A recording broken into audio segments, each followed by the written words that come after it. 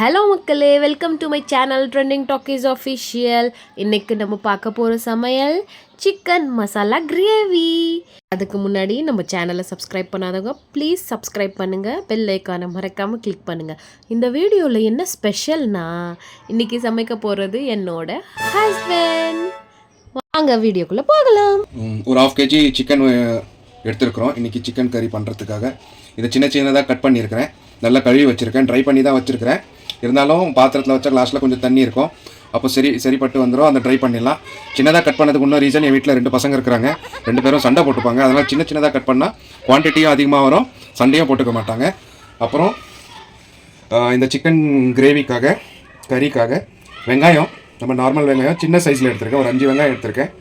அப்புறம் தக்காளி ஒரு 6 தக்காளி, இதுவும் சின்ன தக்காளி, ஒரு 6 தக்காளி எடுத்திருக்கிறேன். பெங்களூர் தக்காளி தான் எங்கள் வீட்டு பக்கத்தில் இருந்தது, அதனால் நான் பெங்களூர் தக்காளி எடுத்திருக்கேன். 4 லவங்கம், 4 ஏலக்காய், சின்ன பட்டை துண்டு ஒரு 4 எடுத்துருக்கிறேன். அப்புறம் பச்சை மிளகா ஒரு 6 பச்சை மிளகா எடுத்துருக்கிறேன், நீட்டமாக இருக்குது. ஏன்னா நம்ம மசாலாவில் அவ்வளோ காரம் சேர்க்க மாட்டோம். ஏன்னா மசாலா ரெட் சில்லி அப்படின்னும் போது சேர்க்க மாட்டோம், அது உடம்புக்கும் ரொம்ப கெடுதல். நம்ம அதுக்காக பச்சை மிளகா எடுத்துருக்குறோம். ப்ளஸ் கொத்தமல்லி கொஞ்சம் நிறைய எடுத்திருக்கேன். என்னடா இவன் பண்ண போகிற கொஞ்சம் கறிக்காக இவ்வளோ கொத்தமல்லி எடுத்திருக்கான்னு நினைக்காதீங்க. நான் சமைக்கிறேன் அப்படின்னா நான் கொத்தமல்லி கொஞ்சம் நிறைய யூஸ் பண்ணுவேன். ஏன்னா கொத்தமல்லி கிட்னிக்கு நல்லது, கிட்னி ஸ்டோனுக்கு நல்லது. எனக்கு கிட்னி ஸ்டோன் ப்ராப்ளம் இருக்குது, அதனால் நான் கொத்தமல்லி கொஞ்சம் எடுத்துக்கிட்டேன். இதுக்கு தேவையான மசாலாஸ் நான் உங்களுக்கு சொல்கிறேன். போடும்போது என்னென்ன மசாலா போடுறேன், எவ்வளோ போடுறேன் அப்படின்னு நான் சொல்கிறேன் உங்களுக்கு. இப்போ நம்ம வெங்காயம் சின்னதாக கட் பண்ணுறதுக்காக கையில் கட் பண்ணால் லேட் ஆகும். ஸோ இந்த ஒரு இன்ஸ்ட்ருமெண்ட் நாங்கள் வாங்கி வச்சுருக்கிறோம் வீட்டில். இந்த இன்ஸ்ட்ருமெண்ட் வச்சு நம்ம கட் பண்ணால் டக்குன்னு கட் பண்ணி முடிஞ்சிடும். இது ஒரு நல்ல இன்ஸ்ட்ருமெண்ட்டு. 1 மினிட்டில் டக்குன்னு ஆகிடும். வெங்காயம் நம்ம 5 வெங்காயம் எடுத்தோம், அதில் 3 வெங்காயம் மட்டும் இந்த மாதிரி கட் பண்ணி எடுத்துக்கிறோம். ஏன் அப்படின்னா இன்னும் 2 வெங்காயமும் கொஞ்சம் தக்காளியும் நம்ம அரைக்க போகிறோம் இந்த சிக்கன் கறி கிரேவிக்காக. ஸோ அதுக்காக நம்ம 3 வெங்காயம் மட்டும் கட் பண்ணி எடுத்துக்கோம். இப்போ வெங்காயம் கட் பண்ணி எடுத்தாச்சு சின்னதாக. இப்போ இதே மாதிரி ஒரு 3 தக்காளி கட் பண்ணி எடுத்துக்கலாம். அதே மிஷினை யூஸ் பண்ணி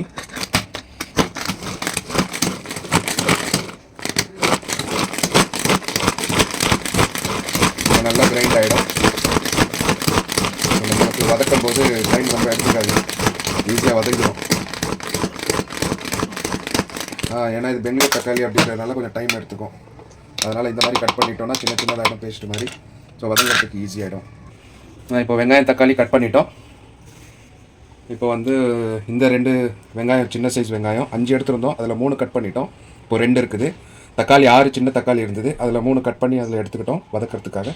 3 தக்காளி பேஸ்ட்டுக்காக எடுத்துக்கிட்டோம். பேலன்ஸ் எல்லாம் அப்படியே தான் இருக்குது. இப்போ நம்ம ஸ்டார்ட் பண்ணலாம். ஓகே, இப்போ நம்ம முதல்ல ஸ்டவ் ஆன் பண்ணிக்கலாம். ஹை ஃப்ளேமில் வச்சுருக்கிறேன். இப்போ ஆயில் எடுத்துருக்கிறேன். ஆயில் இது ஒரு 6 to 7 டேபிள் ஸ்பூன் கிட்டே இருக்கும். இது நம்ம வீட்டில் சன்ஃப்ளவர் ஆயில் தான் யூஸ் பண்ணுறோம், அதனால் எடுத்துக்கிட்டேன். உங்கள் வீட்டில் என்ன ஆயில் யூஸ் பண்ணுறீங்களோ அந்த ஆயில் எடுத்துக்கோங்க. டயட் கண்ட்ரோலாக இருந்தால் டயட் கண்ட்ரோலுக்கு ஆயில் எடுத்துக்கோங்க. ஸோ நான் எங்கள் வீட்டில் என்ன ஆயில் யூஸ் பண்ணுறோமோ அதை எடுத்துக்கிட்டேன். இப்போ கொஞ்சம் நேரம் ஒரு 1 மினிட்டில் ஹை ஃப்ளேமில் இருக்கிறதுனால ஆயில் ஹீட் ஆகிடும். ஆயில் ஹீட் ஆன உடனே நம்ம ஏலக்காய் லவங்கம் பட்டை ஃபஸ்ட்டு போடுவோம். இன்னும் ஹீட் ஆகலை. ஆயில் இப்போ நல்லா சூடாகிடுச்சு. ஸோ கொஞ்சம் நான் மீடியமில் வச்சுக்கிறேன். ஃப்ளேம் மீடியமில் வச்சுக்கிட்டு நம்ம எடுத்து வச்சுருக்கிற 4 ஏலக்காய் 4 லவங்கம் பட்டை அதில் போட்டோம். இது போட்ட உடனே ஓகே, இது வெடிச்சிடுச்சு. இப்போ நம்ம கட் பண்ணியிருக்கிற வெங்காயம் நம்ம ஆட் பண்ணுறோம்.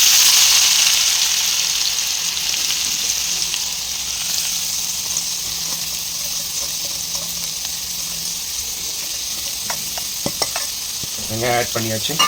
இப்போ நம்ம வெங்காயத்தை வதக்க போகிறோம்.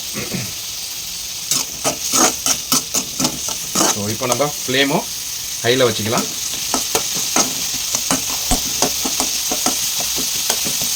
ஒரு 2 செகண்ட் அப்படியே இருக்கட்டும்.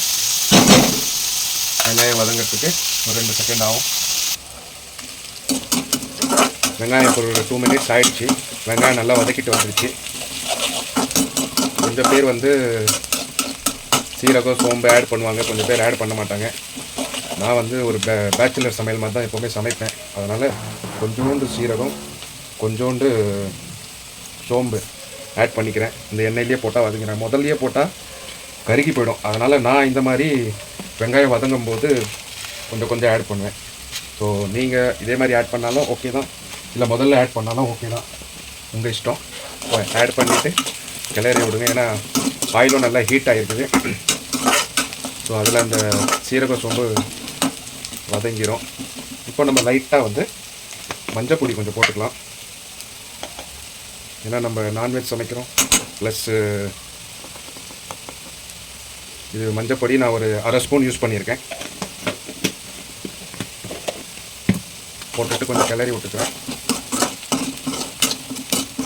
ஓகே, இப்போது நம்ம என்ன பண்ணுவோம்னா இதே இதில் கட் பண்ணியிருக்க பச்சை மிளகா போட்டுடுறேன். ஏன்னா நம்ம வந்து ரெட் சில்லி பவுடரு வந்து மசாலா ரொம்ப கம்மியாக யூஸ் பண்ண போகிறோம். அதனால் பச்சை மிளகா முதல்ல சேர்த்துட்டேன். இதனால் என்ன ஆகும்னா மிளகா கொஞ்சம் நல்லா வதங்கிடும், காரமும் நல்லா ஏறிடும். ப்ளஸ் நம்ம தக்காளி பேஸ்ட்டும் யூஸ் பண்ணுறதுனால காரம் மேட்ச் ஆகிடும். இப்போ வந்து நம்ம இஞ்சி பூண்டு பேஸ்ட்டு 1 ஸ்பூனு போடுறேன். 2 ஸ்பூன் போதும் இஞ்சி பூண்டு பேஸ்ட்டு. ஏன்னா நம்ம நான்வெஜ் சமைக்கிறோம், அந்த வாசனையும் போயிடும், ப்ளஸ் நம்மளுக்கு டேஸ்ட்டும் வரும். அதனால் இஞ்சி பூண்டு பேஸ்ட்டு நம்ம போட்டுக்கிட்டோம். போட்டு ஒரு வதக்கிட்டோம். இஞ்சி பூண்டு பேஸ்ட்டு போட்ட உடனே பாருங்கள் வாசனை கமக்கன்னு வரும். இப்போது என்ன பண்ணணும் அப்படின்னா நம்ம கட் பண்ணியிருக்கிற வச்சுருக்கிற சிக்கனை வந்து ஆட் பண்ணிடுவோம். கொஞ்சம் பேர் சிக்கன் லாஸ்ட்டாக போடுவாங்க. ஆக்சுவலாக சிக்கன் இந்த டைமில் தான் போடணும். ஏன் அப்படின்னா சிக்கன் இந்த மசாலா இஞ்சி பூண்டு இது கூட நல்லா சேர்ந்து குக்காகும். இதில் ஏறும் இந்த இஞ்சி பூண்டு டேஸ்ட்டும் ஏறும். ப்ளஸ் மசாலாவும் நம்ம ஆட் பண்ணுறோம், அது அந்த டேஸ்ட்டெல்லாம் இப்போ ஏறிடும். தக்காளி போடுறதுக்கு முன்னாடி நம்ம இதெல்லாம் போட்டுருவோம். ஸோ போட்டுட்டு ஒரு கிளறி விட்டுட்டு பாருங்கள் நல்லா மிக்ஸ் பண்ணுறேன்.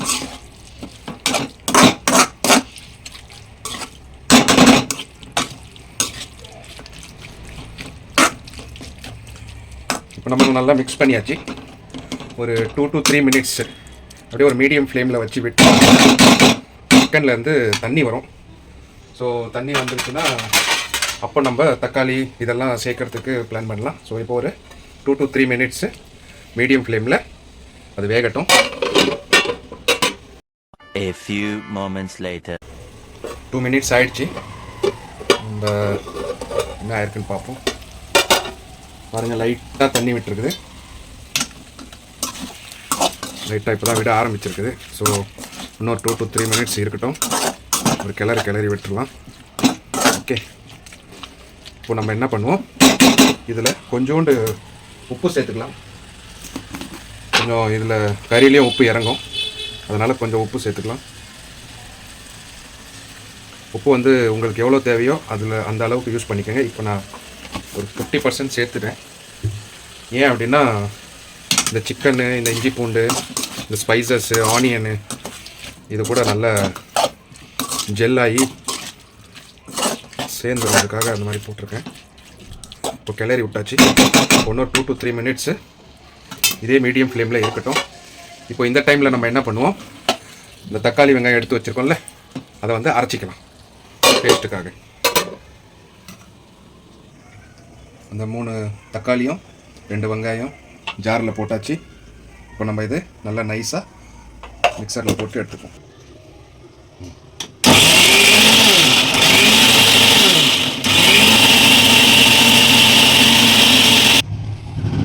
அரைச்சாச்சு. நம்ம இதில் தண்ணியே சேர்க்கல, ஏன்னா தக்காளியில் வந்து தண்ணி விடும், வெங்காயத்துலேயும் தண்ணி வரும், அதனால் தண்ணி சேர்க்கல. இப்போ இந்த மாதிரி பேஸ்ட் மாதிரி அரைச்சாச்சு. இதை எடுத்துப்போம்.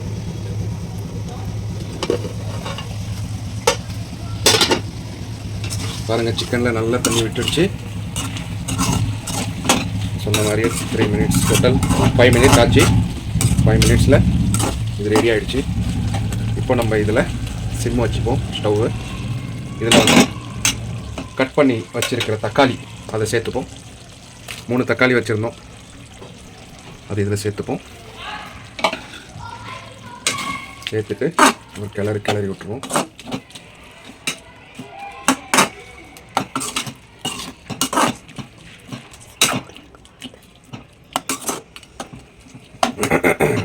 ஸோ இதாகிடுச்சு.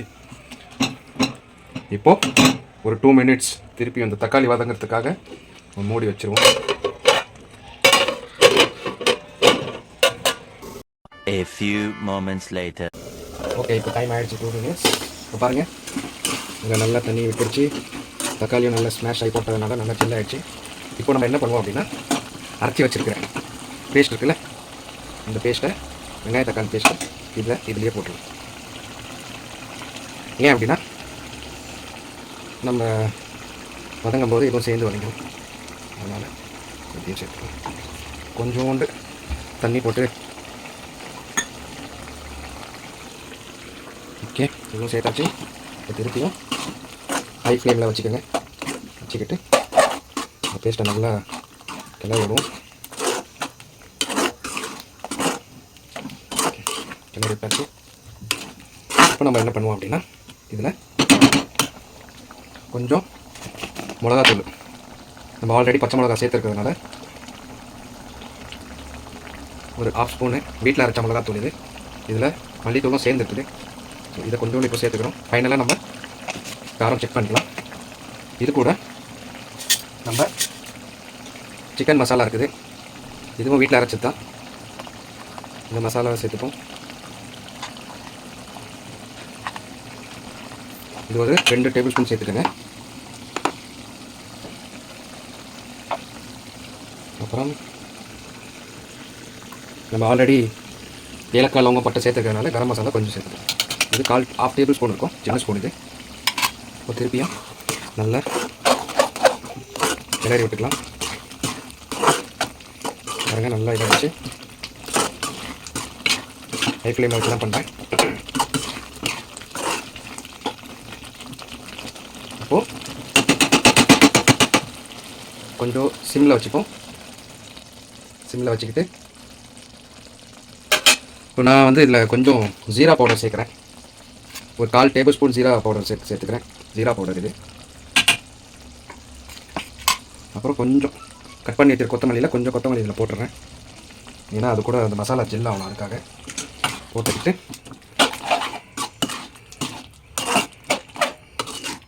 இப்போது ஆல்மோஸ்ட் ரெடி ஆகிடுச்சு. இப்போது நம்ம போட்ட மசாலாவோட பச்சை வாசனை போகணும், தக்காளி வெங்காயம் பேஸ்ட்டோட பச்சை வாசனை போகணும். ஸோ ஒரு 2 to 3 மினிட்ஸ் மீடியம் ஃப்ளேமில் வச்சு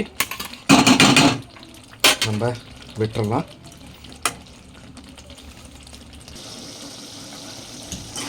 பாருங்கள், இப்போ இதில் நல்லா எண்ணெய் திரிஞ்சு வந்துருச்சு. இப்போது நீங்கள் உங்கள் வீட்டில் இது வந்து கிரேவி வேணுமா, நல்லா திக் கிரேவி பெரட்டின மாதிரி வேணும்னா இதை வச்சு அப்படியே இன்னொரு 1 நிமிஷத்தில் இது ரெடி ஆகிடும். இல்லை கொஞ்சம் செமி கிரேவியாக வேணும் அப்படின்னா அதுக்கேற்ற மாதிரி, இல்லை நல்ல கிரேவி வேணும்னா அதுக்கேற்ற மாதிரி நீங்கள் தண்ணி போட்டு யூஸ் பண்ணிக்கலாம். இப்போ எங்கள் வீட்டில் நாங்கள் கொஞ்சம் செமி கிரேவியாக தான் சாப்பிட்றோம். அதனால் ஒரு 2 கிளாஸ் தண்ணி சேர்த்துக்கிறேன், 1.5 கிளாஸ் சேர்த்துக்கிறேன். நம்ம டீ குடிக்கிற கிளாஸ் இருக்குல்ல வீட்டில், அதில் 1.5 கிளாஸ் சேர்த்துருக்கேன். சேர்த்துக்கிட்டு நல்லா கலக்கி விட்டுடலாம்.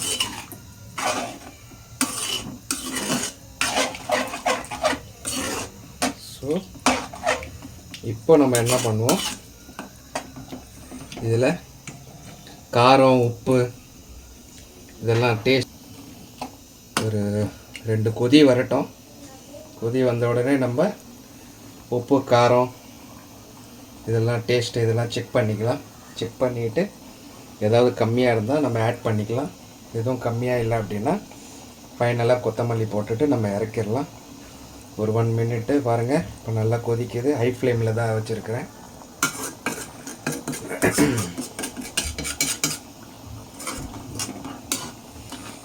நான் வந்து ஆக்சுவலாக ஃபாரினில் ஒர்க் பண்ணேன். ஸோ இது ஒரு பேச்சுலர் டைப் மாதிரி இருக்கும்.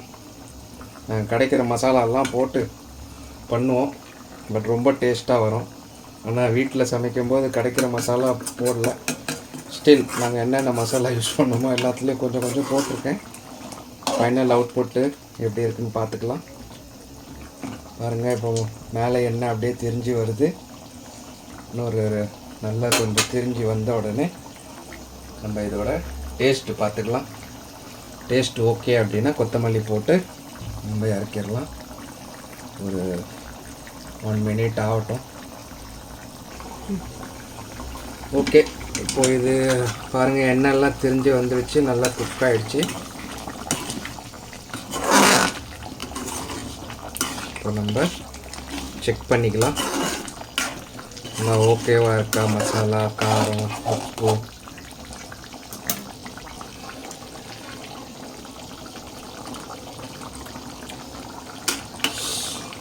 எல்லாமே கரெக்டாக இருக்குது மக்களே, எதுவுமே குறை இல்லை. காரம், உப்பு, மசாலா எல்லாம் கரெக்டாக இருக்குது. ஸோ நம்ம இதில் ஃபைனலாக கொத்தமல்லி போட்டுருவோம். ஓகே, இப்போது எல்லாம் ரெடி ஆகிடுச்சு. எங்கள் வீட்டில் இன்றைக்கி என்ன அப்படின்னா, எது கூட சாப்பிட போகிறோம் அப்படின்னா ரொட்டி. நீங்கள் இது ரொட்டி கூட சாப்பிட்லாம், சப்பாத்தி கூட சாப்பிட்லாம், இட்லி, தோசை, இடியாப்பம் இது கூட எல்லாம் சாப்பிட்லாம். இந்த டிஷ் நல்லாயிருக்கும். நீங்களும் வீட்டில் ட்ரை பண்ணி பாருங்கள். இது வந்து நான் பேச்சுலர் டைப் மாதிரி சமைச்சேன். இதே மாதிரி சமைச்சாலும் நல்லாயிருக்கும். ரொம்ப ஈஸியான இன்க்ரீடியன்ட்ஸ், ரொம்ப நிறைய இல்லை. வெங்காயம், தக்காளி, ஏலக்காய், லவங்கம், பட்டை, பச்சை மிளகா, கொத்தமல்லி, அவ்வளோதான். அப்புறம் கொஞ்சம் மசாலா, மஞ்சள் தூள், வீட்டில் செஞ்ச மிளகாத்தூள், சிக்கன் தூள், ஜீரா பவுடரு, கொஞ்சோண்டு கரம் மசாலா, சீரகமும் சோம்பும் நான் வெங்காயம் வதக்கும் போது சேர்த்துக்கிட்டேன். அவ்வளோதான் இன்க்ரீடியன்ட்ஸ். எல்லாத்தையும் போட்டு எல்லாம் கரட்டி ஃபைனலாக தண்ணி போட்டு ஒரு 2 minutes வேக விட்டிங்கன்னா எண்ணெய் திரிஞ்சு வந்துடும். செக் பண்ணிவிட்டு கொத்தமல்லியை போட்டுட்டு இறக்கிடுங்க. இன்னியோட சிக்கன் கறி கிரேவி ரெடி ஆகிடுச்சு என்னோட ஸ்டைலில். இப்போது நம்ம ஸ்டவ்வை ஆஃப் பண்ணிடலாம்.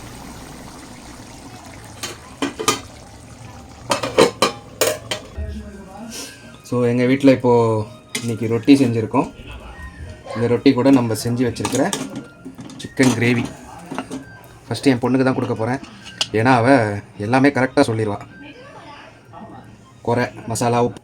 இப்போ நம்ம இது என் பொண்ணுக்கிட்ட எடுத்துகிட்டு போகிறேன். அவள் என்ன சொல்கிறான்னு பார்ப்போம். அவள் ஹோம்ஒர்க் பண்ணிகிட்ருக்குறா. ராஜியா, சாப்பிட்டு பாரு எப்படி இருக்குது அப்படின்னு.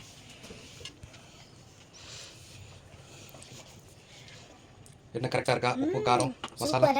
ஓகே, இன்னைக்கு நம்ம சக்ஸஸ். ஓகே ஓகே ஃப்ரெண்ட்ஸ், இந்த வீடியோ உங்களுக்கு பிடிச்சிருந்தா லைக் பண்ணுங்கள், ஷேர் பண்ணுங்கள், கமெண்ட் பண்ணுங்கள், சப்ஸ்கிரைப் பண்ணுங்கள். மறக்காமல் அந்த பெல் பட்டனை கொஞ்சம் கிளிக் பண்ணி விட்டுடுங்க. ஓகே, பாய்.